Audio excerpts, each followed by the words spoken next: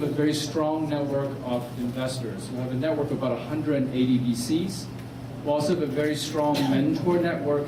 We call them executives in residence as well.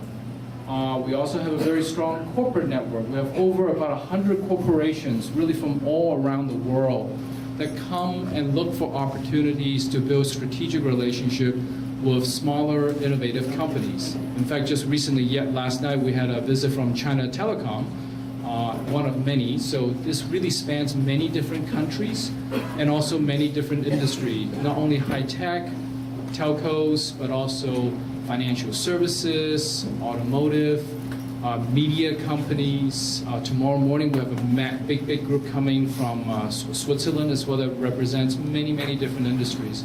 So really all these companies are looking for ways to gain a competitive advantage, leveraging really innovation from technology. So it's really a very interesting opportunity.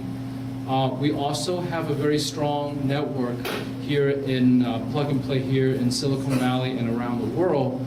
In this building alone, we have over about 1,000 people that works here and about 300 companies, as well as we have a lot of events. This is one of the events, but tomorrow night we also have, if you don't have enough this evening, tomorrow evening we have our mobile meetup as well, same time, same forum. Also on September 13th, we have our big expo. It's kind of like our version of Demo Day. And so you're absolutely all welcome to come as well. So on September 13th in the afternoon. And then finally, we also have real estate. This is, like I said, we have about 300 companies in this building, and we'd love to welcome more people. I want to maybe just spend a minute talking about kind of our international strategy and also some of our activities related to China, since this is, after all, Chang. Plug and Play international strategy is really about connecting different communities of technology innovators and entrepreneurs through Plug and Play and through Silicon Valley to really help them go and expand and go global. So we have a very strong network right now with 19 different countries where a lot of the companies come from outside the US to kind of expand into US via our network here in Silicon Valley via Plug and Play. But we also have remote locations. We have a location in Singapore, a location in Canada, in Spain, as well as our newest one in Moscow in Russia. And I basically have had a number of different conversations with organizations in China or related to China, where the opportunity, I think, is really to either find companies from China that has really an interest in expanding overseas via our network. Basically, it's kind of the inbound, so to speak. As well as we also find companies that have an interest in the China market, and through our network and our partnership, help companies go and expand into China and tap into that market. We call this the bridge to Silicon Valley. It's kind of a two-directional bridge, if you will. So if you have an interest in China, or you know companies that are interested, or you know organizations that love to partner with Plug and Play, we will absolutely welcome the opportunity to build the relationships with companies and organizations in China. And with that, I think we are proud to be a number of organizations, associations related to China with Plug and Play. Chang is definitely an organization that we're great to have this relationship, and we'd love to be able to have additional meetings in the future. And without further ado, I'm going to turn it over to Shi. Yeah, hi. Thank you everybody for coming. My name is Shi Chao, and I'm a co-founder of Chang. And I'm actually very happy that we've finally put this event together. It's a rather new topic on the visual web, visualization of data on the web. Today we actually, before we start, we want to tell you a little bit about what Chang is. If you guys haven't heard, I'm sure a lot of you guys have been to a couple Chang events already. We're actually one of the largest and one of the most active technology innovation nonprofit organizations in the Bay Area. So we're Chinese community based, but we are open to everyone who's interested in entrepreneurship, into technology innovation, and also any type of business exchange, technology exchange between China and the US. This organization is completely volunteer-based and it's nonprofit, and we have a lot of people that helped us when we set up. And I want to mention two people today that I actually see in the audience. One is Henry Wong on the back. So Henry is actually partner at Garage Ventures. When we just started Chain, we borrowed his office because we didn't have a place for meetings. So, if you guys have time in the back, please go talk to Henry, meet him. And then we also have Frederick from Arkey. He's also a sponsor of Chain. His company is here, a tenant of, I just actually found out that he's actually based here in Plug and Play. And he donated, his company also sponsored our event recently in Beijing in June. So we're always happy for, very appreciative of any companies that support Chain because we are nonprofit. So today, we have Peter here, who is going to, from the San Jose Mercury News, who is going to moderate this panel, and he's going to introduce the panel. But before he starts, I'm just going to give a very brief introduction of Peter. Peter covers startups and venture capital for the San Jose Mercury News. His Wiretap column became required reading during the dot-com bust and was revived last year to much acclaim. In between, Peter ran Mercury News' Palo Alto bureau and edited its statewide political coverage. He covers Silicon Valley since 1998, writing about Stanford University, biotech, and international trade, among other topics. You can follow Peter on Twitter at Merc Wiretap. So go ahead, Peter. Thank you for helping us with this panel. Good evening, everybody. Thanks a lot. Give me a holler if you either can't hear me or if I'm deafening you, but the volume is good here? Okay, good. Can we get the other mic to the other half of the panel? I feel like there's this great divide here, but so what we're going to do here is we're going to have talk with the panel for a bit, and we'll have some time at the end for some Q&A. I'm actually really excited about this panel. This kind of came about. Chi had come up and introduced herself to me at another CEO forum that I was moderating up in the city. And we got together and talked and had a lot of very shared ideas about the Valley and how technology is becoming more and more international. And as she was kind of brainstorming for ideas about panels that Chain might offer, I started thinking, I talked to a lot of startups, and I'm meeting a lot of startups that are doing very interesting and very different things with images online. And so I think the panel we've got for you today, this evening, represents a very broad spectrum of innovation and a lot of very exciting companies, some of which are rather new, and some of which are very mature and have taken in bundles of venture capital money and could be heading for a stock exchange near you sometime in the foreseeable future. So from my left to your right, is that right? No, it's my left. But this person here is. This is Jeff Floor. He is the founder and CEO of Spreecast, which is a social video platform that lets people produce. What? Okay. Spreecast lets people produce and share their own online interactive broadcasts. Up to 4 people at a time can stream their conversations live while hundreds of others watch and participate via chat.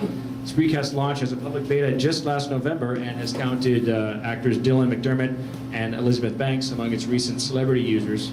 Jeff also co-founded StubHub.com, the ticket site, and was CEO from the company's inception in 2000 until its sale to eBay in 2007 for more than $300 million. Is that correct? Not to embarrass you, but that's not a bad exit, as they say. Jeff also is an angel investor in Twilio, Fundly, and Carwoo, among others. Next to him, we've got Bismarck Leppi, who is the co-founder of Ooyala. He is the president of products. Mountain View Company powers online and mobile HD video for some of the world's biggest brands, including Dell, ESPN, TV Guide, and Victoria's Secret. Not that I would know. So I hear. Each month, nearly 200 million viewers in over 130 countries watch an Ooyala-powered video. Before launching Ooyala with his brother in 2007, Bismarck was a senior product manager for Google, where he managed the early growth of AdSense, display, and video advertising. Bismarck's parents were migrant farm workers from Mexico, and as a child he helped pick strawberries in the fields of California and Washington. He holds a bachelor's degree from Stanford. Way over there on the other side, we've got Vlad Barshai, who is the co-founder of Pinterly, a startup being incubated right here at Plug and Play that helps people and brands do business on Pinterest. The company launched way back in late March, and within its first week of beta had signed up 35,000 users on its waitlist, a number that had doubled within a few months, and I'm sure it's got to be bigger than that now. Vlad and co-founder Rick Katz, who's there in the front, and I hope we'll be hearing from later on, could probably write a book about the art of the pivot. They first founded a daily deals company, and then in late 2010 turned that into an online solution for organizing your nightlife before deciding to help clients analyze their traffic on Pinterest and discover the best ways to devise and schedule pins. Vlad has a bachelor's degree in engineering from the University of Toronto, where he grew up. From the most junior member of the panel to possibly the most senior, we have Bob Lisbon, CEO of Luminate, formerly Pixaza, which was founded in 2008 with the goal of making every image on the web interactive. The company serves more than 150 million users a month and 30 billion image views, billing with a B, per year, working with such online publishers as Fox Sports, Gap, and Zappos. Bob spent 4 years as Senior Vice President of Netscape, where he led the company's browser wars against Microsoft and managed engineering for the tools that really pioneered the widespread adoption of the internet. In 1998, he launched Mozilla.org, the first major commercial open source software project. Bob also launched the ClarisWorks project line at Apple. He's a former venture capitalist at Matrix Partners and a former investment banker at Goldman Sachs. We've done a little bit of everything. Bob holds 3 degrees from Stanford. And finally, Michael Downing, the CEO of Tout, was unable to join us because he's in New York. Tout just yesterday announced a very exciting partnership with the Wall Street Journal, which we might hear a little bit about later on. So in his stead, we have Derek Brinkman, who's Vice President of Product at Tout. Tout is a San Francisco startup, lets users post 15-second video snippets to their Twitter or Facebook accounts.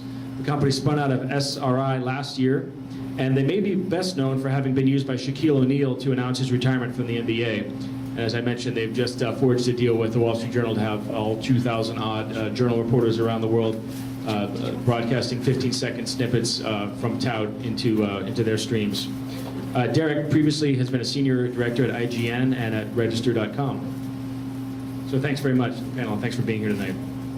So I'm going to try to start with sort of a broader question here, which is each of the 5 of you helps run a startup that's trying to make the web more visual and less static.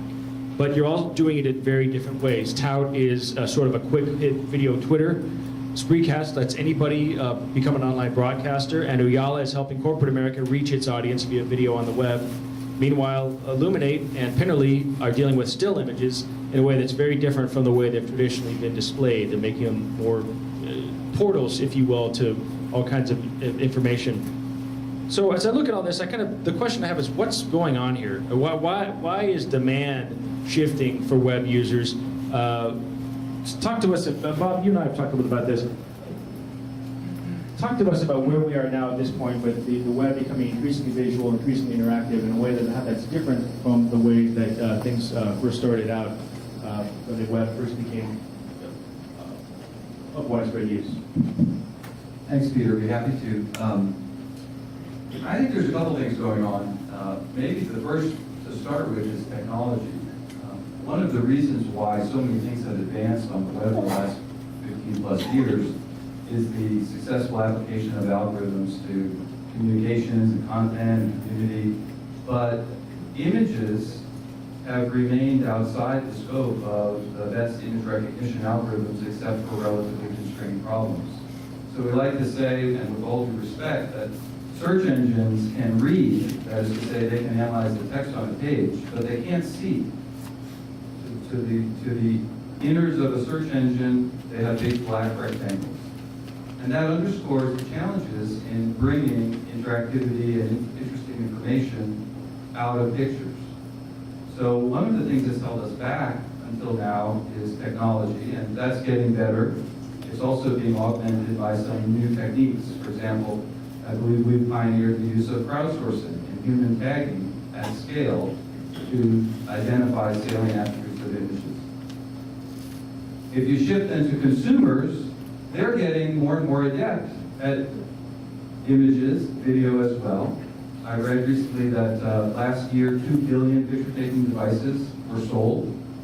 300 million pictures are uploaded to Facebook every day.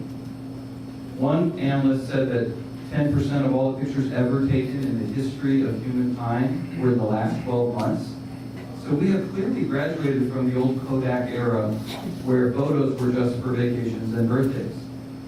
And that facility with images each of us is a part of has created an affinity for doing more. And I think this is true for video as well. You combine those two things and you have an explosion now on the image side that I think is very exciting. Ms. Mark, can you talk a little bit about the technological shifts that have enabled Yalla to become I mean, we've been seeing video clips on the web before and so forth, but you guys there's a lot of things that are new to the party that you guys will offer your clients in ways that they hadn't necessarily been able to provide value from that before. Absolutely. So I think first and foremost, especially when it comes to video is such a heavy asset that you actually just need faster internet. And bandwidth improvements have definitely helped the proliferation of video. But one of the interesting things that we've seen just in the recent past, and for us it's actually pretty interesting because when we first started the company, we were only for about 6 weeks and then we pivoted. We were very much focused on extracting metadata so we could actually make video interactive. But the problem was that you didn't really have input devices that make video interactive while you were actually sitting on your couch. There are a couple of input devices that you can play around with the remote, but it was a horrible experience. I think today, the Pac-12, which is the Pac-12, as you well know, at all the universities, they just launched their own broadcast network. And today they're going to be launching their iPad app.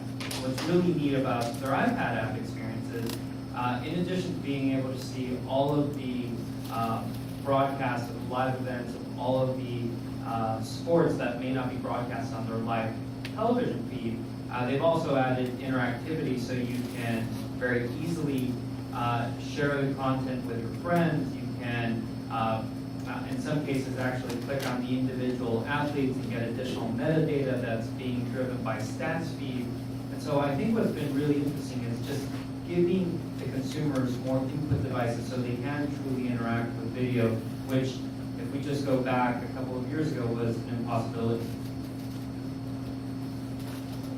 I was wondering, maybe, Jeff, could you talk a little bit about a part of what's going on here is not only what the consumer wants, but what the client wants as well. Analytics are built into a lot of this. We're able now to see who's interacting with data, who's looking at it in much more meaningful ways than we were before. Can you talk a little bit about that? And as I'm kind of thinking about where Screencast is now, the real advantage that you guys have over, say, when YouTube first started kind of taking this idea of video to the masses and broadcasting yourself. Back then, it was kind of a toy. What do we do with it? Brands are starting to kind of figure out ways that can be value added for them.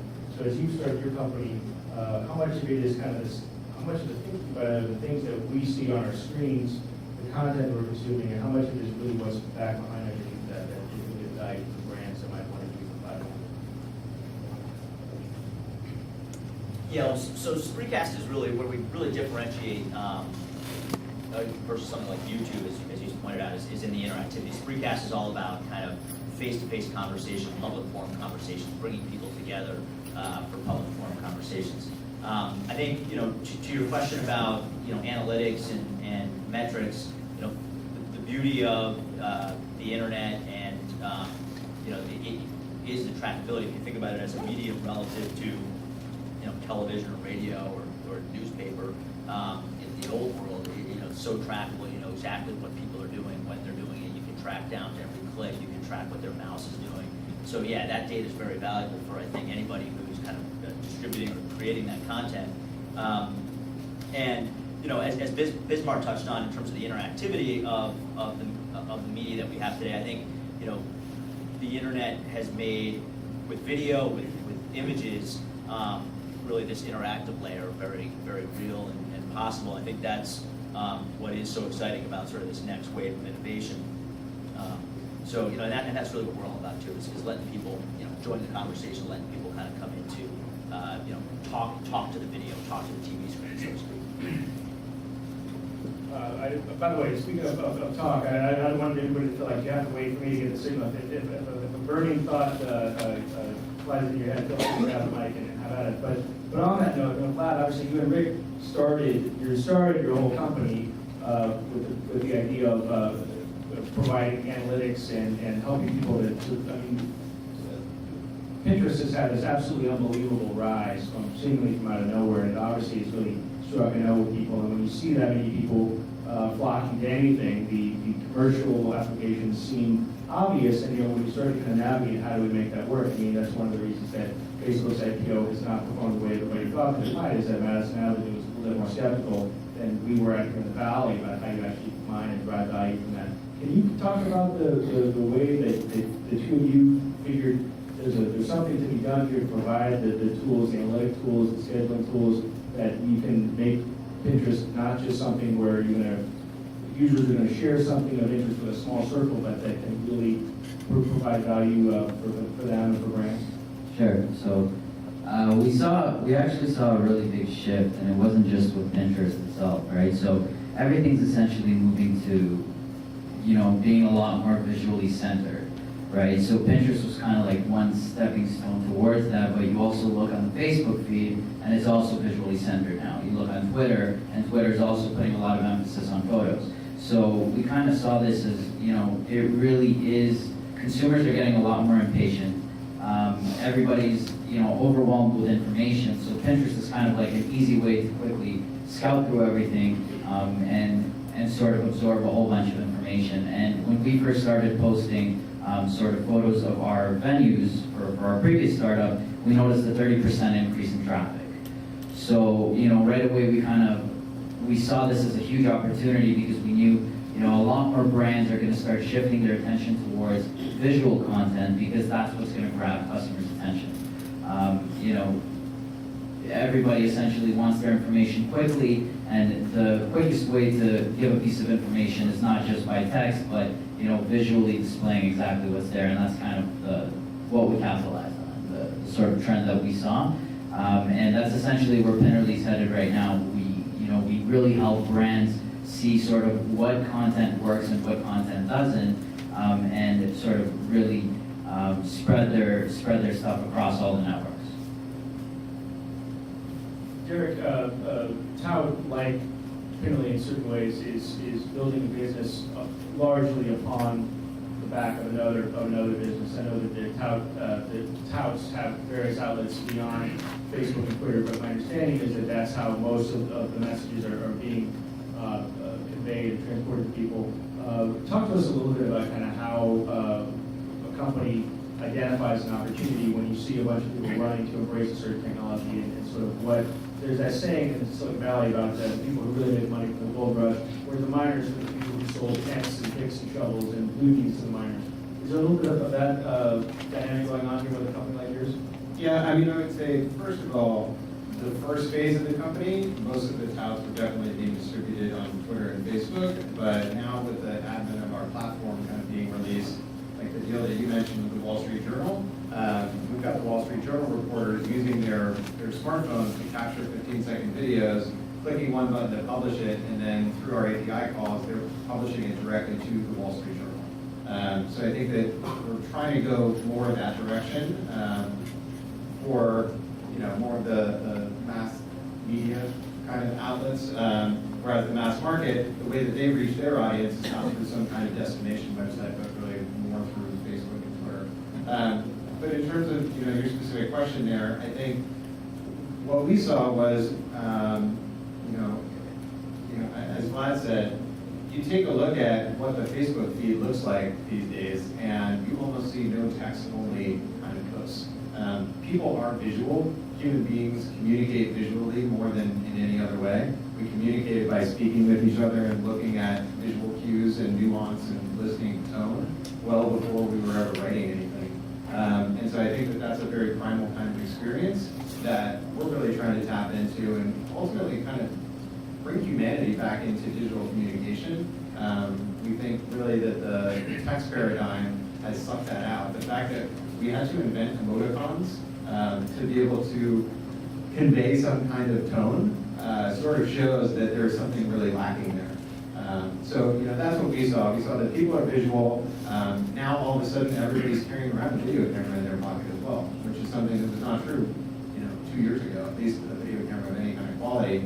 And with one button that you can then share that video, suddenly it really opens things up for essentially real-time kind of back and forth video communication between people. There we go. So one of the products that we have is a video guide. So traditional on television, you have your traditional channel, then time of day, and the videos or the programming that you can watch. We have one that's powered based on personalized recommendations. So you look at your social network, what you've watched before, what's currently trending, and we have all this metadata. And initially, we just had a text-based programming guide. And then one of our engineers kind of worked over the weekend and said, you know what, based on the rankings, what if we had a visual programming guide? And based on the relevance, we would increase the size of the thumbnail of the video that we're going to promote. We saw an increase of 300% in terms of overall engagement and click-throughs to new videos just by using a visual representation of relevance for content. And so, yeah, I mean, we've been evolving for millions of years to use sight, sound, and motion to communicate. Text happened because of Gutenberg printing press, right? So it's an amazing thing. Yeah, I just wanted to add to that. So we saw something like very similar thing. So for example, like if you have a food image and then you put a little bit of text on the image itself, you see a 4 times an engagement, right? So it's literally getting to a stage where, you know, quotes work extremely well, and it's just anything that can process very quickly, and anything that, you know, right away where you can imagine and you can see exactly what's going on, and you can correlate it with something in your life, which is kind of makes things better. I was going to go in a different direction, but I like the spread that you guys are on. Bob, I know that both you and Jeff have recently brought forward refinements, innovations to your product, new features, new ways of engaging users. Can you talk a little about those and not only the results, but of the process of are these kind of in some ways discovered serendipitously almost as you see how users interact with the product? I think that's really that person wanted to do. I very much agree with the thread these guys have started, and I put it in the following context. I'll say this with respect to images, but it may apply equally well to video. I think of it in terms of 3 different phases. The first is taking pictures, and clearly there's technological leverage now that we have that we didn't used to make it easy to take pictures. The second breakthrough and the second phase was sharing pictures. Sharing pictures on social networks was like a force multiplier. It increased, in some cases exponentially, how many times the pictures that used to just sit in a camera or sit on an album got viewed. I think the third phase, and it's one that Luminate is helping pioneer, and one that I think Pinterest epitomizes as well, is the desire on the part of consumers to interact with images. So great you took the picture, great you shared it with everybody, and you got some nice props from your pals for doing so. What's next? Well, what's next is to interact with them. And I'll actually refrain from pitching my company, and for a moment I'll say something nice about a company, not your Pinterest, although you're related to them. You know, Pinterest has resonated with so many people because it gives them a means to express the emotional connection that they feel when looking at images. And I want to emphasize this, images taken by people they don't know.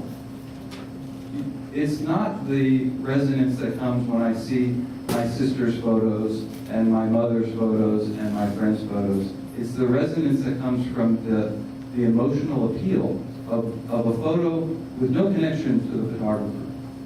And that emotional connection can be so strong as to power pins and repins and likes and comments in the Pinterest vernacular. To me, it's profound. And it suggests we're at the tip of an iceberg in terms of the extent to which people want to interact with images after they take them and after they share them. Illuminate does that as well. Our approach is a little different than Pinterest. We have a family of 20 different, we call them image apps. And our vision is to enable every image online, and there's 3 trillion, so we'll be busy at this for a while. It's to enable every image to be a platform for image apps in the same way that phones have graduated just in the last couple of years from single-purpose devices for phone calls into also platforms for mobile apps. just have Jeff and then we'll turn to Dick. Yeah, I was gonna sort of comment on what Bob was saying and just answer your question as well. So, yeah, I mean, I think a lot of what people are talking about here, you know, is all about the emotional connection that you get from an image or a video. And I think there's no doubt that there's a heightened level of emotional reaction, a visceral reaction sometimes that you get when you look at a certain type of image, or if you watch a video, you know, that can have music in the background and beautiful imagery. And so there is definitely, you know, this heightened sense of emotional connection that we as humans can have with, I think, imagery and video. You know, another phrase that I don't think anybody's said yet, but that comes to mind is, you know, a picture says 1,000 words. And so, you know, when you think about the old text paradigm, you know, that phrase has been around for a long time, but it's sort of, I think it's true, and I think it's even magnified that much more when you think about video and sort of what video will be in terms of the human connection and information. In terms of the answer to your question, Peter, about what are some of the things, new features that we put out, and how did we come about those changes, you know, speak of a couple changes that we've made. One is we recently came out with a Clips feature where Spreecast is all about these kind of public forum, face-to-face conversations, people talking about politics or sports or you know, or things that are important, and you can discover conversations and join conversations. But we had these kind of 30, 40, 50-minute long conversations that would then be archived and recorded. You could watch them live, or you could watch them recorded. But we released this Clips feature, which allows you to take, you know, any 30-second or minute and a half or 47-second long clip and share them on Facebook or share them on Twitter. And so to really make them bite-sized, make them smaller, digestible content pieces. So we're a pretty early stage company, and this is just a new feature we came out with recently. That was really based on feedback from our users, you know, what we saw, obviously, out there in terms of video on the internet, in terms of short-form video, really driving the most type of consumption, and so we built that feature in response to really our user requests. Yeah, I was just going to make a comment about the interaction piece with the video content. So, I mean, we have a lot of well-known icons who are using the service. ESPN is one that kind of comes to mind. They're using it for a fantasy football show.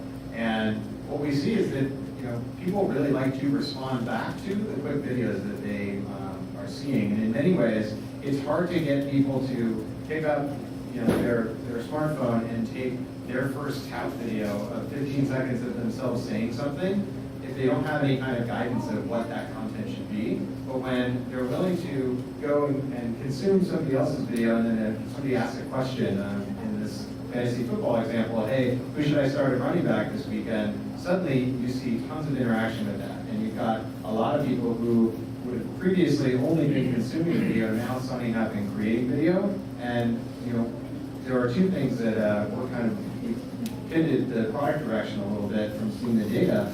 The first is that we did an analysis of over 350 responses that this one video got that were from new people who had never used the service before.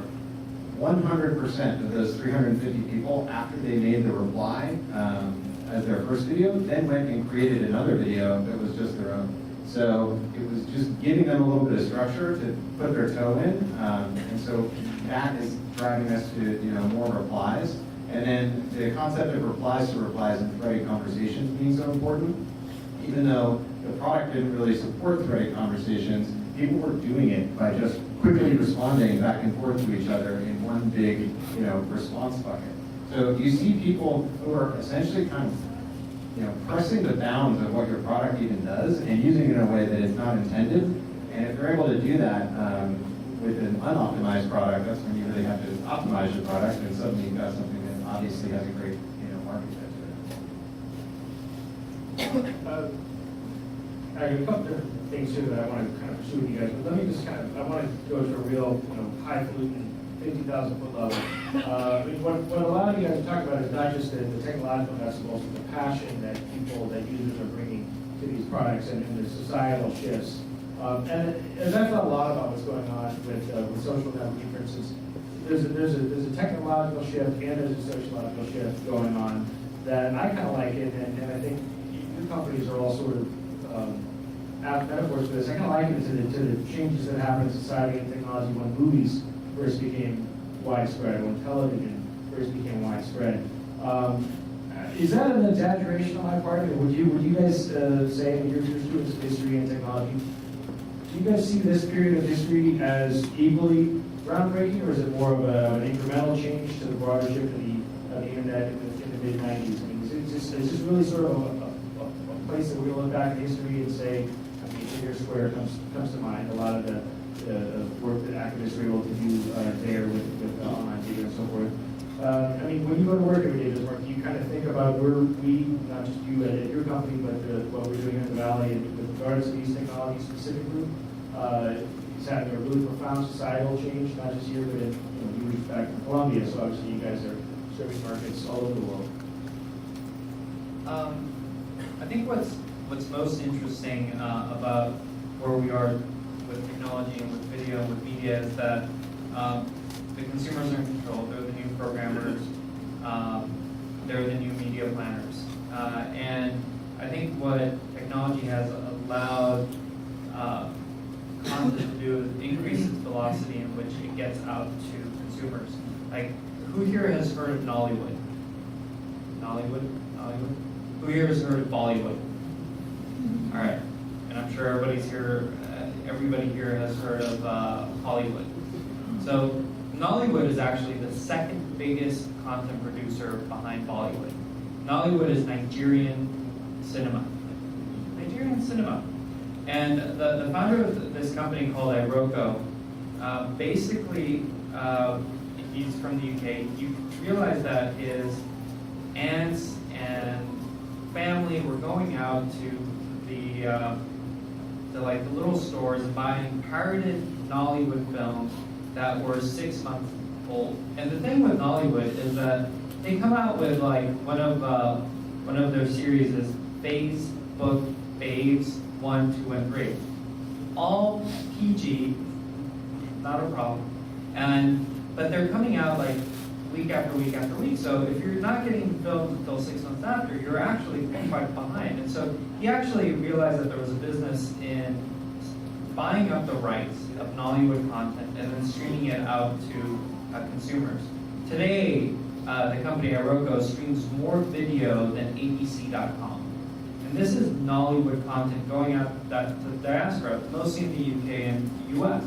So I think the power is consumers can now get to the content that they care about and not just the content that some guy in New York decided that a consumer that fits a certain demographic should see.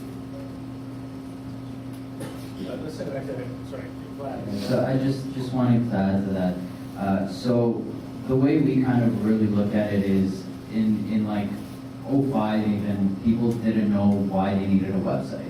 There were so many small businesses that were like, well, I don't need to be online, and now it's obvious. If you're not online, you're not going to be found by a lot of your customers. And this is kind of the way that we're looking at social media today, and the whole shift of what's happening is that if you're not going to be on social media within the next 5 years, you're going to essentially not be able to communicate with your customers. Like majority of the time, the way we talk to our customers is not just through email, but we talk to them directly on Twitter and Facebook, and they interact with us through all these different avenues. Like the sort of opening up all these different channels of communication, really shows them that there's people behind the company, and again, it all tugs on the factor of emotion and someone that cares, right? So there's definitely a shift, and it's really kind of connecting companies with people and sort of creating this entire connection together through social media, through images, and essentially through video, which is kind of like a live communication channel. Since you're asking for opinions, I'll give you one. To your original question, I would respond, the shift we're going through right now in our society, I believe, is more profound than the advent of broadcast television. And the reason I say that is that I come at it in two respects. The first is, like the advent of broadcast TV, the sources of information that we commonly rely upon are being changed in just an immense way. So just as television in the early days made a huge shift in how people got information and how they got entertainment, the internet is doing that at least as much, I would argue. But in addition, And unlike broadcast TV, it's changing the way we communicate with one another. And so it's the operation at both levels that leads me to conclude this is much bigger than that. I mean, I would say it's much bigger than that because the content creation is no longer segmented to such a tiny portion of the population as it was for broadcast TV, as it was for movies. And it's like movies, there were a small number of studios. And broadcast TV, it started to grow. There were more TV channels. There was more content. Now everybody can be a content producer. And it's kind of up to us to make sure that we provide products and tools that allow them to create content that is watchable and consumable and fun, because there's a danger to that too, or create tools that help you sort through all of that content. To use this TV metaphor for another few minutes, Jeff, it was about 20 years between the time that television started appearing in consumer homes until color television became standard. That's an awfully long time. The generations, in terms of technology generation. How quickly should we expect technology to continue to advance and change, given some of the factors you talked about that enable companies like this to get started? I mean, talk about where you think, for instance, your own company is versus where you're going to be, and what you would be expecting to see in terms of the rapid. I can't imagine it's going to be 24 years until the next really significant change in online video or online images. That'll be 20 minutes. Maybe about 20 seconds. Yeah, no, I think things are definitely moving at a very rapid pace right now, which is both an opportunity and a challenge. You know, I think people who can capitalize on that change and sort of foresee the future a little bit, or skate to where the puck is going, can probably capitalize on that. But I think it's also a risk for people to kind of fall behind. You know, to me, the biggest changes that we're kind of experiencing are really driven by first the internet, and just sort of that's been happening for a while now. The mobile revolution, where now everybody's got a smartphone in their pocket, or I should say everybody, but a hugely growing percentage of people have smartphones with cameras and video cameras, and then this, the rise of social media. So I think those things kind of all together are really driving the pace of innovation right now. I think things are going to continue to move very quickly. Just looking at like my own company, where we're all about delivering very low latency video. So not just a video streaming to a viewer, but it has to be very low latency, so people can talk back and forth to each other between Tel Aviv and New York. And so that type of functionality is becoming sort of mainstream and in some ways commoditized. Really just now. 5 or 6 years ago, Skype was sort of the player in that space, and was a technology that I think was very exclusive to them, and now it's something that people can sort of do more regularly. So I think things are moving very quickly. I think things are going to continue to move quickly. But I also think that in contrast to what some people have said, I do think that real content creators. What do I mean by that? Traditional media companies are going to continue to produce real content, as an example, that does drive the lion's share of views and attention, because it'll continue to be compelling content. Mark, I imagine that you also hopes that that point is true, that the traditional content creators and the studios, the networks, and powerhouses are going to be forced to innovate, looking at how all this other content is kind of rising up from the depths below. So online video has had over $10 billion of venture capital, and it's happened over the last 15 years. And I think for a long time, people have felt like it was a foregone conclusion that eventually all video would be streamed over IP. Our company's been around 5 years. In the last 5 years, if we kind of look at what's happened, the iPhone launched. The iPad went from no one talking about it to a rumor to several iterations. Netflix, Hulu, Love Films, all of these programs started streaming. So if we look at a 20-year timeline, in the next 5 years, you can expect a la carte services, more personalized subscription bundles, but a lot of it, the bulk and the lion's share of the revenue that's going to be driven is still going to be driven by the professional content producers, we can actually create content that can be licensed out to various distribution channels. And that's where we focus. That's where we see the vast majority of advertising dollars go. That's where we see the vast majority of subscription dollars go. That's where we see the DVD dollars that are going to transactional VOD online. So absolutely, and we're expecting that to continue to accelerate. You guys ever thought down that? Yeah, one really interesting thing that we've seen is we've done partnerships with Kelly Ripa and The Talk, so 2 different talk shows, and they actually end up having their original broadcast, which is the professionally produced content, happening at the same time while they're taking behind-the-scenes tout videos of what's happening during the commercials and kind of bonus extra content. So they end up with 2 streams of content going on essentially live at the same time. And I think that there's probably going to be a lot more of that, and that will start to mix between user-generated content of fans who are watching the main show, as well as behind-the-scenes content, and become this, the second screen, but probably all on one screen with the main image here, and then the other screen happening next to it. The second camera. Yeah, the second camera. Yeah. We're about 50 minutes into this, and I will keep it kind of all night, but I do want to give people an opportunity for some Q&A. Should we take a break for that, and then we can kind of continue mining this, but I want to make sure people have enough. Any burning questions out there right now? Wow, okay, great. I guess what I'm going to do now is I'll become mobile, and I'll bring the mic over to you, and then I'll grab it, and the panel might have to share back and forth if anyone wants to take a swing. Darren, you had a very comment earlier about there were a few movie studios, then a greater number of movie or TV places.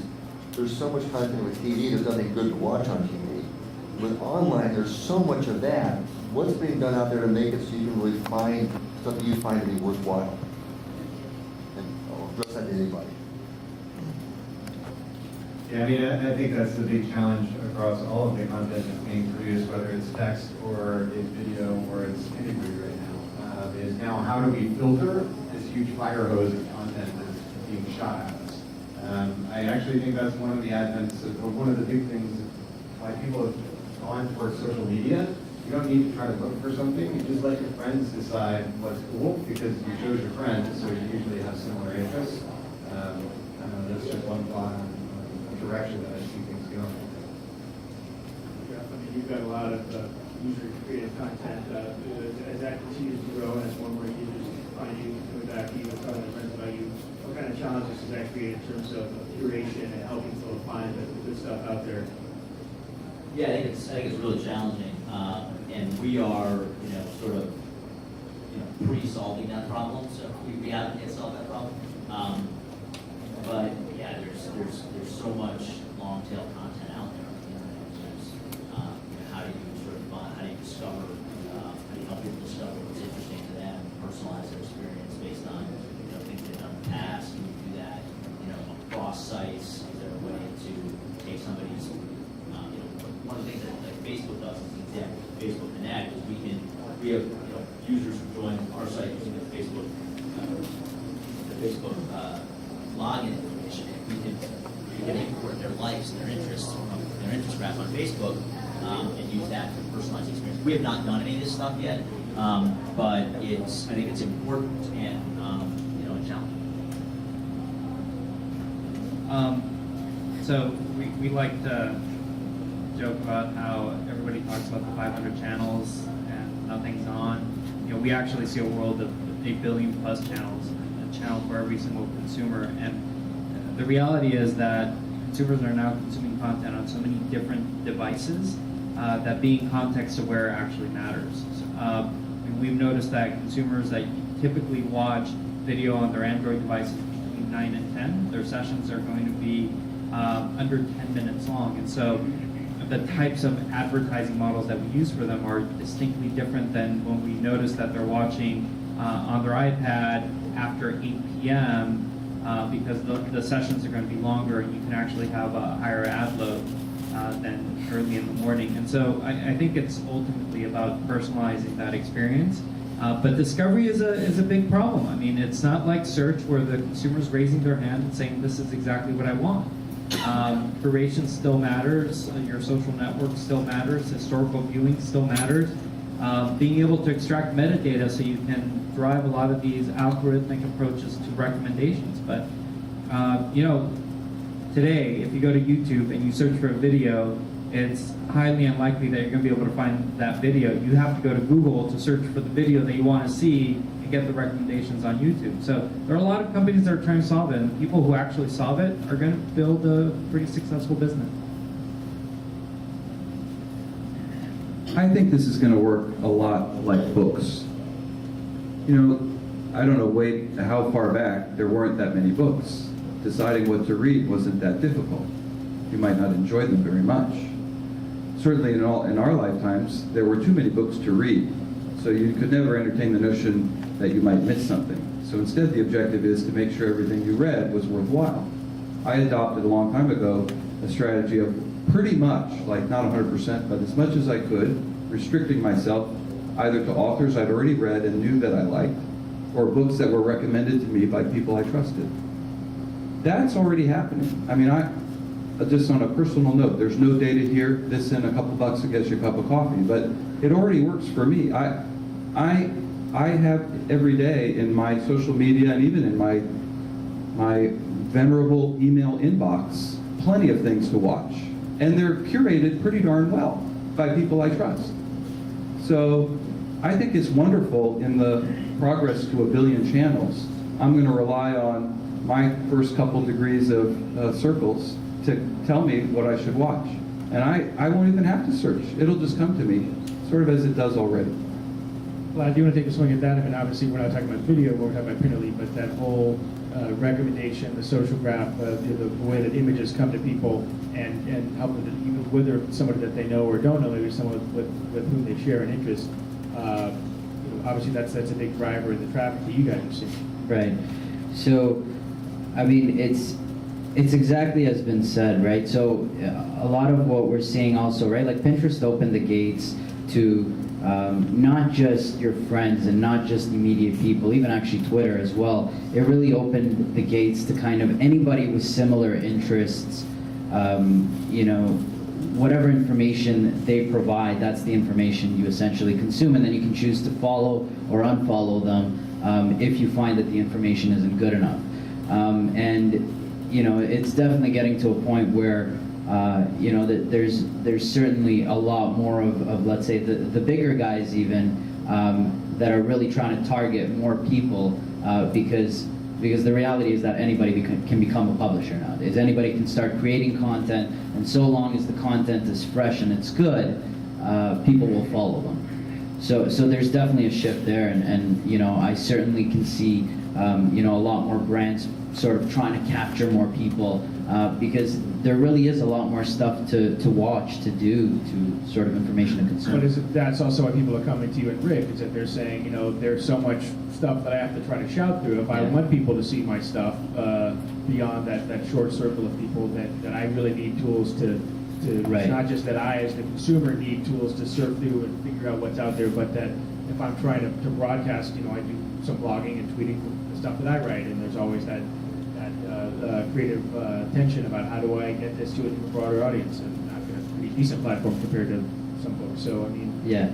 So I mean, it's just like so again, it comes down to right. So there's a lot more tools that are essentially available, like ours, right? So it comes down to a lot of timing, figuring out sort of the timing, the amount of characters, and all these other things that sort of people in agencies they have time to play with, but let's say the smaller businesses or the smaller companies, that's not something that's readily available to them, right? So platforms like ours really sort of help them understand, what works, what doesn't at a really smaller scale, so that they too can, do their best practices and sort of, generate the good content that they can. we had a question over there. Yeah. It's just a quick one, and it is very interesting because it becomes associated, you're seeing on one side of the story, which is poised to the consumer.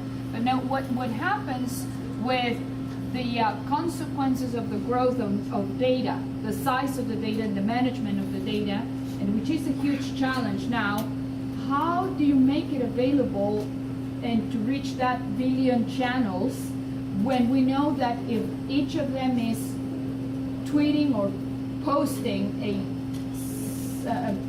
bite size, just to paraphrase any of you guys, and then growing and growing, how are you going to handle that challenge on the infrastructure, on the distribution side? How is the technology catching up on that? I bet all of you guys spent time thinking about that.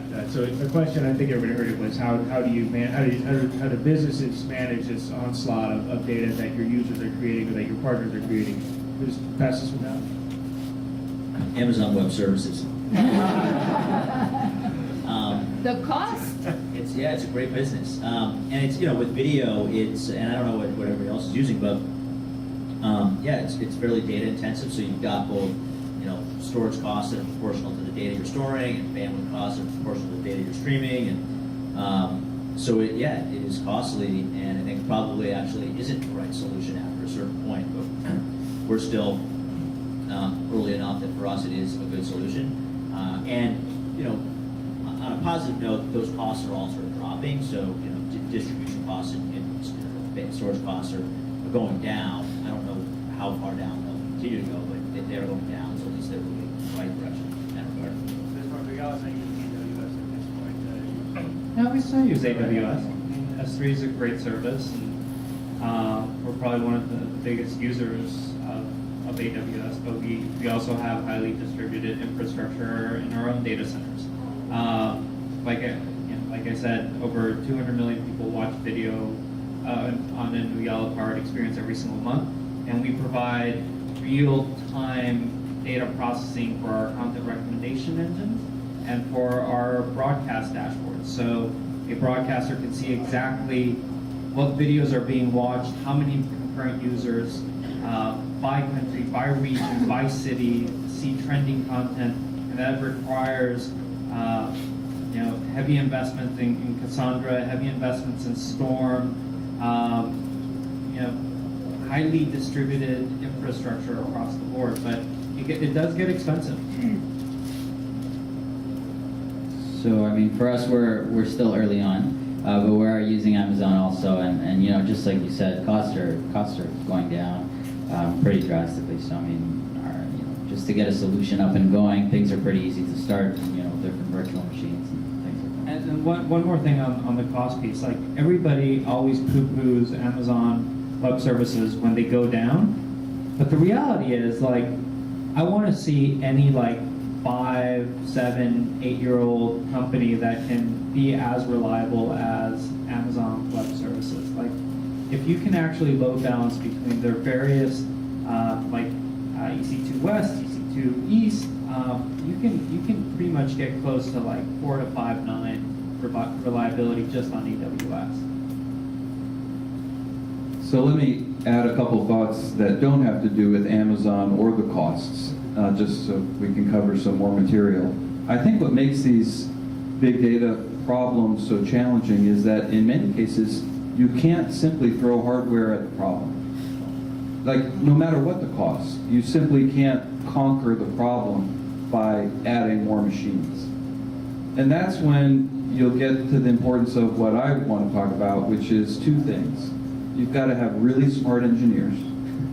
And secondly, you can't ever get into a mode or suffer the illusion that you've finished, that you won, that you've notched this on the belt, that you've crossed it off the list. Because as soon as you have, it'll come back again in a different, usually more pernicious form. So you have to have the mentality, you are always fighting this demon, always. You are always thinking, okay, reporting works well now, and we do 4 billion image views a month. Reporting, but how are we going to do 10? How are we going to do 50? What's going to break next is not what broke last. And when it breaks, is it a weekend or an all-nighter fix, or is it a 6-month project or a 6-week project, in which case we better get started soon. Those are the things that you've got to do in addition to throwing lots of hopefully really cheap hardware at the problem. Yeah, I mean, I think to take it to another cost is the opportunity cost when you're trying to figure out how to handle your product development, where you can't just constantly be building new features, features and not be committing the time to ensuring that you are building to scale. And you know, you kind of look at Twitter, they went through a couple of years where they didn't really put out new features because they were just trying to solve their scale problem. And that's a great problem to have. You're continuing to scale without putting out a lot of new features. Awesome.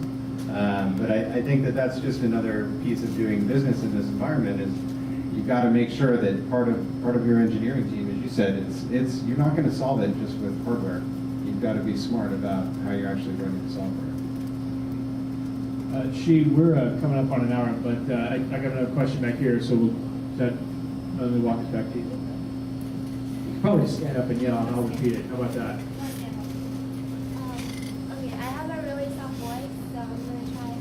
Everything you mentioned is kind of on the back end of digitally data. Are you guys doing anything on the front end to categorize and filtering data that can be income?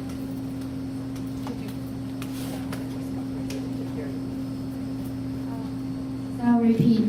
Everything you've answered sort of like is the back end. When the data is already there, you're going to need to storage it. So are you guys doing anything just within your software interface to filter or organize data already?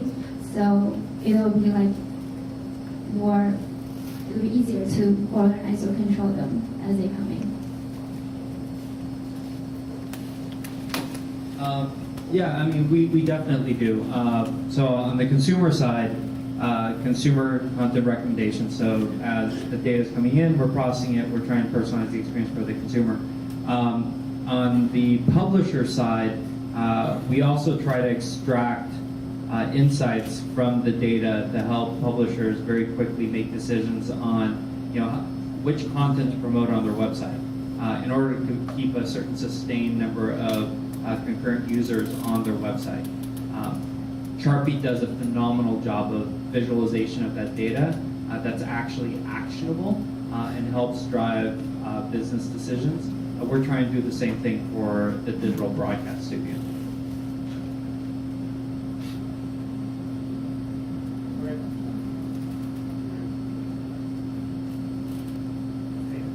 So that didn't work so well, so I will actually get up and walk the mic back. Thanks. I come to US about 2 days ago, so from Russia. Sorry for my English. I want to ask about what do you think about the future of social participation TV.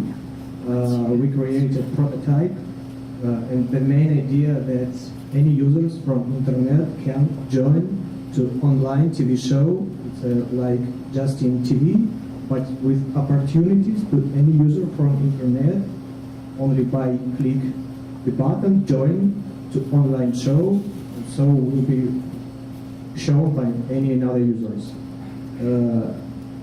I try to explain because this idea I had a very misunderstanding in Russian, so I goes here and try to raise some money. But what do you think about this idea about social participation TV when any user from internet can join to online program and start to participate and have discussions with the host of this program and with another participants?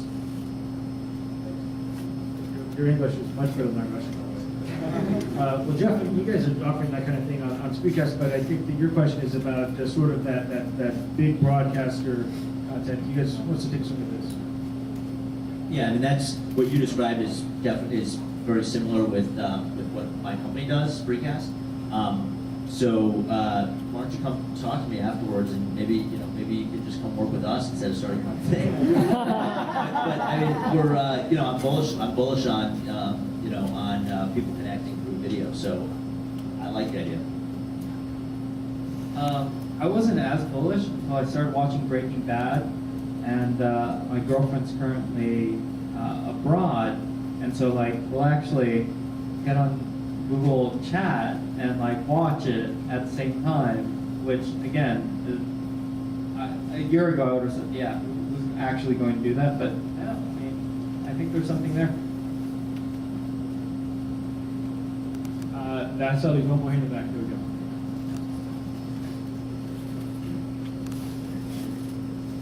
So I'm kind of more curious about your thoughts on saturation of all social, location-based recommendations. Because everybody has got their Facebook, and their Facebook is growing.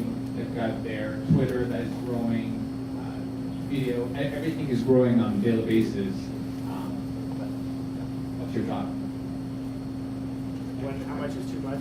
How much is too much? For example, I'll give you an example. I get newsletters, emails from multiple travel companies.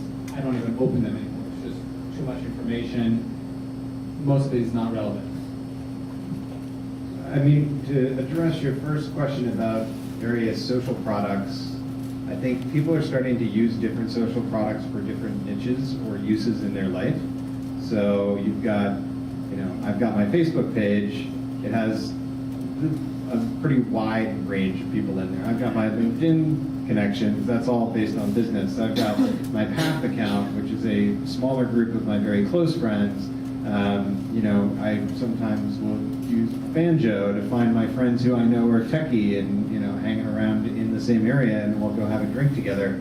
So I think there's obviously a saturation point for each individual. It kind of depends on where their level is, but I do think that people are just starting to use different social tools for different specific purposes, and they will continue to do that. So another thing that all these platforms, this is a problem for every single one of these social networks, right? So like if you look at Facebook, they're developing, they put a lot of resources to develop a good feed, right? So that's one of their goals is when you come in, you don't see all of your friends that are posting, you see a select few. And they constantly tweak the algorithm, and it's really getting to a point where everything that I see on my feed is now relevant. It's relevant to the time that I want it now, and I see that if I start to click on something different, I'll see more of that content too. And same goes for Twitter as well. With all of these scheduling tools and all these things, it's really a matter of these platforms getting a lot smarter, right? So it's just like the problem saying, there's an abundance of content everywhere, and it really is about curating it to make it relevant. So, saturation or not, these platforms, I think, are doing the right thing to try to address it.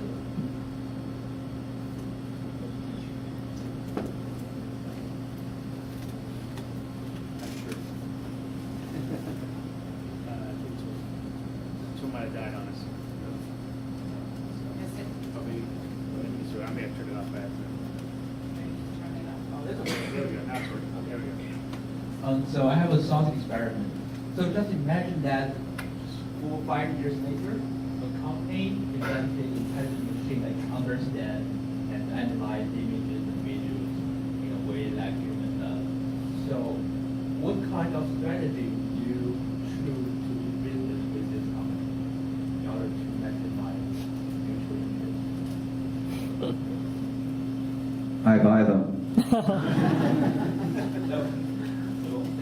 You mean something like a search engine for images, the way that Bob was talking about earlier, something like that? They can see and understand? It's more like a next generation search engine, a semantic search engine, the real one. Because there's a company that is established the carrier system, and they are claiming to develop kind of software that can understand and analyze images like human does. And they just got the runway funding, the $16 million from many big guys in the venture capital.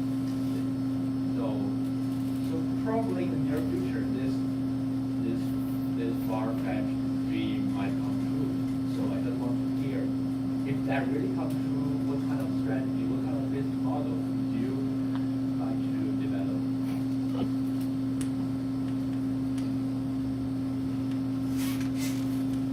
Assuming the company was not for sale, I think it would be a great step forward.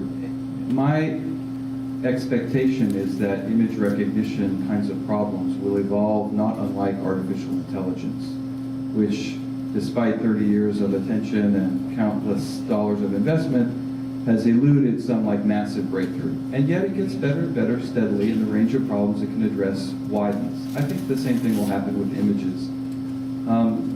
All of that is good news, because the more information we have about what's in an image, the more it enables the image apps I was talking about. And in the same way that we've seen in the computer industry, as the companies were able to rely successfully on lower levels of the infrastructure, they were graduating to higher levels. You know, the Macintosh was distinctive not because of its device drivers and its I/O system, but because of its graphical user interface. In the same way that application developers can ride on top of an operating system, or internet web developers can ride on top of internet plumbing, and mobile developers can ride on top of good mobile platforms, the same thing would be unleashed by having that kind of capability broadly available at commodity kind of terms. So what we would see, inevitably in my mind, is a plethora of image apps debut, and not just from a small number of companies, but from everyone. And I think that'd be a great thing. I would connect that with the Google Glass project. That would be awesome. Actually, I was just doing this thought experiment with a couple of friends, like 5 years from now, when everybody's wearing Google Glass and like you have the world's information at your fingertips. Like, is the party game going to be, all right, disconnect and see how interesting you really are?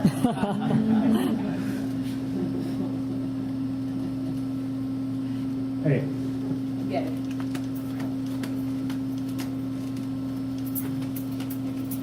So my question is really about the, have you guys thought about the real-time live video broadcasting? I know a company, startup company called Veto, V-E-T-O. What they can do is install application in your smartphone, and then you can broadcast your whatever you are shooting right now, and then share that with your friends, and your friends. You share a URL with your friends, and your friends can watch whatever you are shooting right now. How do you think about that? Well, again, with Spreecast, you guys are live time, but what's different, I think, about what he's talking about versus you, is that it's not a selective broadcast. Is that right? Or can I make a Spreecast, say, available only to the people in this room or the people I went to college with? Yeah, so the answer to your question is yes, you can control the privacy of the Spreecast. You can make it completely public. You can make it invite a select few people, and really control the comps. Yeah, I mean, in terms of, I think you described sort of an applicant, like a mobile application that people can use to stream live video from. Is that essentially?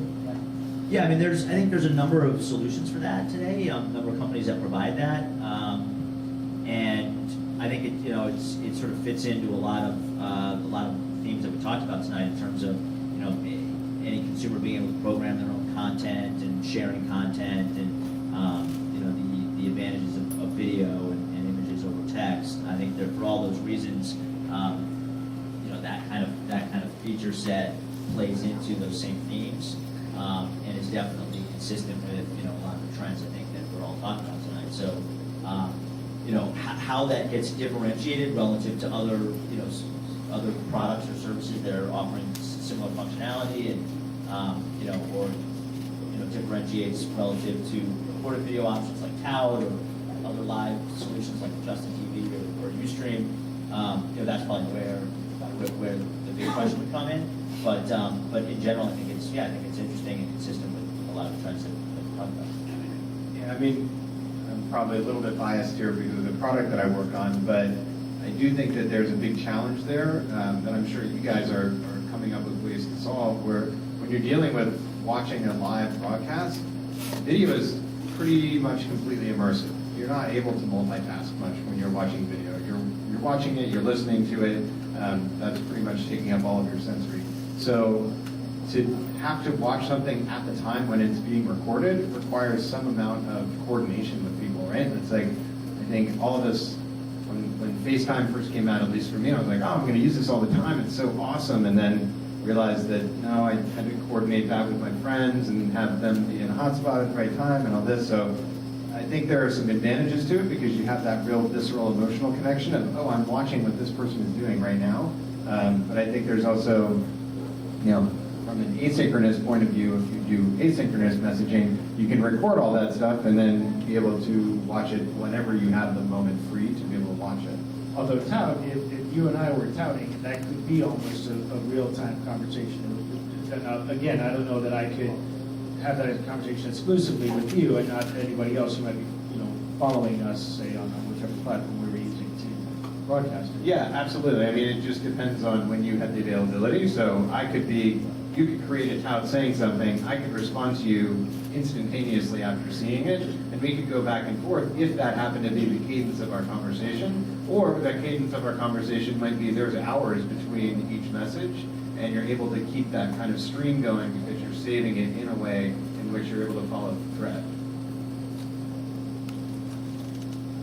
Okay, it is past 8:15. Jeff and I both have young ones at home and spouses who are watching them, so I would really, I can keep talking to you guys on that. I've heard lots and lots of questions, but I'm not sure anybody is as interested as I am in doing that. I really, really want to thank the panel very much, and it's funny, as I've been looking at you guys and thinking about this, it's such an incredible diversity of perspectives and viewpoints. You've got a guy who was literally there when the browser first blew up and really enabled all of these things, because prior to Navigator coming out, prior to Mosaic, the main way that people access the internet was text-based through Gopher, and I remember doing that and thinking, why does anybody want to do this? And then by the time I moved to Silicon Valley, just a couple of years later, you guys had really started the path that we're on. Meanwhile, right next to you, you've got a guy whose company is 5 months old, leveraging another company's whose technology is very, very new. You've got a guy who kind of seen that Google, which kind of started as the two guys in the garage, has become the behemoth. You got a guy who's lived every entrepreneur's dream of selling and starting a company. It just seems to me that maybe my last thought, perhaps you can share this, just kind of last thought on just on entrepreneurship and what kinds of opportunities all of this creates for people. And we've had people I hear asking about, what about this idea, what about that idea? Each of you has had to pivot along the way. Talk, if you would, just a little bit, just in 140 characters or less, perhaps, of what all of these changes, these shifts in consumer tastes and brand awareness and technology really going to mean for entrepreneurs in the near future and even going forward. Yeah, I think as I alluded to earlier, I think there's just the pace of change. Both I think it's a great opportunity and a lot of challenge. And I think the other challenging thing, everybody likes to say that starting a company is so much easier today than it was 10 or 12 years ago because you got Amazon Web Services and and for whatever other reasons they point to. But I'm not sure that's true. And I actually had a friend who put a post up on Facebook last week that ended up getting to the New York Times. And he sold his company Yammer to Microsoft recently, and he basically said that he thought that Silicon Valley was basically the end of Silicon Valley because all the big guys, really Google and Facebook and Microsoft, we're just going to sort of dominate innovation from this point forward, and it was just going to be really hard for startups to really flourish. I don't know that I don't necessarily agree with that, but I think that with all this change, back to the first point, I think it's challenging. There's opportunity there, but it's moving so fast. You kind of got to get it. You got to time it right. You got to get it right. I think to your point, I think it's much easier to build a $10 to $15 million company that gets acquired by Google or Yahoo or Facebook or one of these many companies, because at the end of the day, even though Google has deep pockets, they're a big company and they have a lot of awesome engineers and employees who get in at 9:30, get a massage, go hang out at the gym, eat, work for 3 or 4 hours, and take the shuttle back to San Francisco. And so, as entrepreneurs, what you have is the ability to move fast and actually build something differentiated that you can then potentially flip and sell to some of these other companies that, like that computer vision company would be awesome if you tied it back with Google Glass. And maybe Google's just not focusing on the right problems at this point in time. So, we grew really fast. So, within just a matter of months, we had 35,000 brands. So we're talking eBay, All Recipes that we work with regularly, and Virgin Atlantic and so on. The only way that I'd be able to see this happening is through social media, which is exactly how it grew. We virally grew. We didn't put any capital into marketing or anything like that. So from that perspective, there is a lot of opportunity, but at the same time, it's really also difficult because there's so many products out there. So it's difficult to really kind of articulate the value and make sure that, you know, the brands that are coming, they all have so much different selection online, and companies, you know, pretty much at the same time that we came around, there were around, you know, 6 other competitors that we saw rise at the exact same time.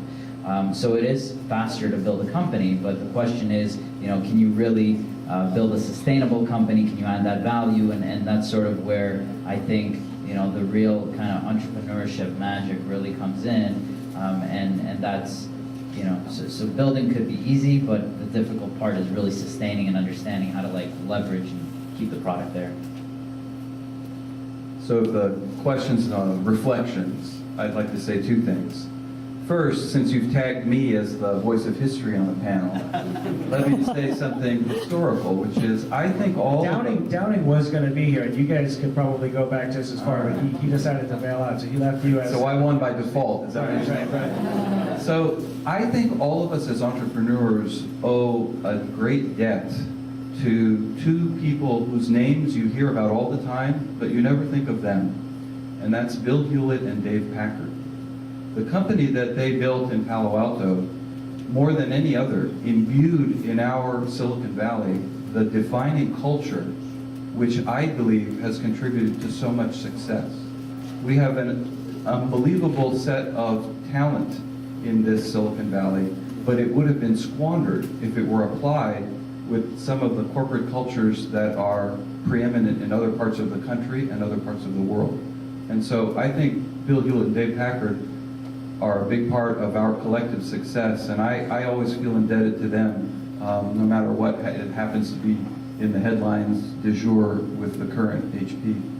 The second thing I'd say, and this will be more in the 140 character vein, is as entrepreneurs, I always try to remind myself and my coworkers, you can't have an adventure without adversity.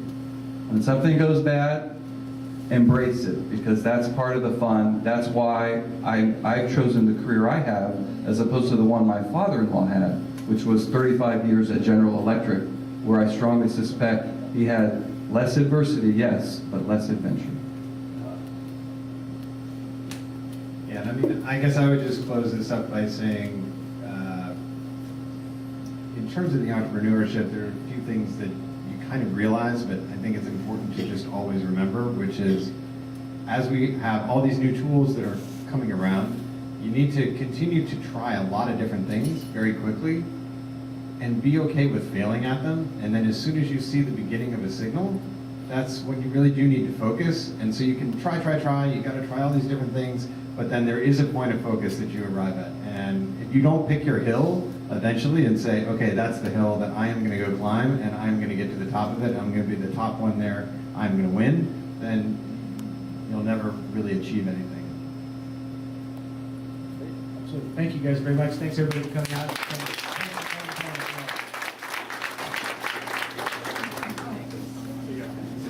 Some symposium words from our host. Okay. Sorry, I just have also thank you all the speakers. We also have a gift for you guys. So it's actually a keychain.